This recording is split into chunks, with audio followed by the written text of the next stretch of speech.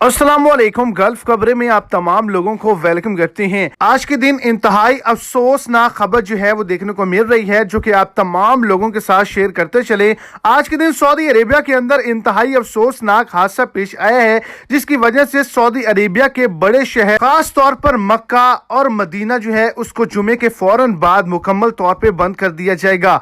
इसके पीछे क्या वजूहात हैं? आज के दिन अफसोसनाक हादसा जो है वो पेश आया है। काफी ज्यादा लोग हलाक हुए हैं और दीगर शदीद जख्मी हुए हैं। सऊदी अरब गवर्नमेंट की जानिब से अचानक हंगामी तौर पर एक बड़े हुक्मनामे को जारी किया गया है। वीडियो की तफसीलात को जानने के लिए वीडियो को एंड तक देखें, ताकि आपको तमाम डिटेल की अच्छे से समझ आ सके।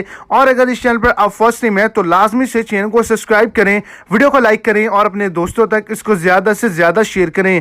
आपको बताता चलूं कि आज के दिन सऊदी अरेबिया के अंदर मदीना में बस एक्सीडेंट हुआ है, जिसके नतीजे में काफी ज्यादा लोग हलाक हुए हैं। और दूसरे नंबर पर सऊदी अरेबिया के अंदर जायरीन के साथ हादसा पेश आया है, जिसके नतीजे में काफी ज्यादा लोग हलाक हुए हैं और दीगर शदीद जख्मी हुए हैं। सऊदी अरब गवर्नमेंट की जानिब से मक्का और मदीना दोनों शहरों के अंदर मुकम्मल तौर पर इमरजेंसी को नाफिज किया गया है।